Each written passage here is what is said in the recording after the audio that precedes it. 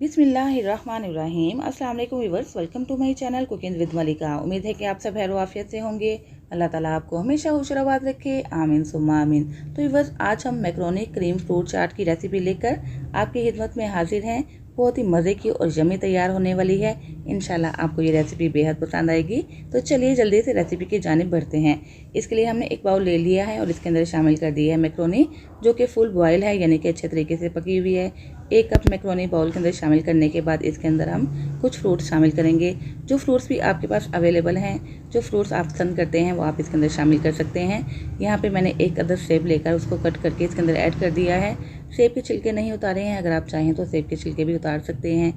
और अब हम ले लेंगे 1 अदद मैंगो, यानी कि आम। इसके छिलके हमने पिलर की मदद से उतार लिए हैं। पिलर से उतारेंगे ना छिलके तो इस आम कम से कम ज़ाया होगा। छिलके उतारने के बाद इसके क्यूब्स बना लेंगे और ये क्यूब्स भी कट करके शामिल कर देंगे बाउल के अंदर। आम शामिल कर दिए हैं। अब हमने ले लिया है पाइनएप्पल। 1 टेबलस्पून पाइनएप्पल है, जिसको हमने छोटा छोटा कट कर लिया है, इसके अंदर ऐड करेंगे। और थोड़े से मसाले शामिल करेंगे। हाफ़ टी स्पून काली मिर्च का पाउडर ऐड करेंगे। 1/4 टीस्पून नमक शामिल करेंगे और 1 टीस्पून शामिल कर देंगे पिसी हुई चीनी। हाफ़ पैक हमने क्रीम का शामिल कर देना है। टेट्रा पैक क्रीम हमने ले ली है। और 2 से 3 टेबलस्पून शामिल कर देंगे मायोनीज़ के। और इसको थोड़ा सा डाइल्यूट करने के लिए 1 से 2 टेबलस्पून बस हमें शामिल करना है दूध का, जिससे क्या होगा कि ये क्रीम और मायोनीज़ थोड़ा सा पतला रहेगा, डाइल्यूट हो जाएगा और अच्छे तरीके से इन सारी चीज़ों के ऊपर कोट हो जाएगा।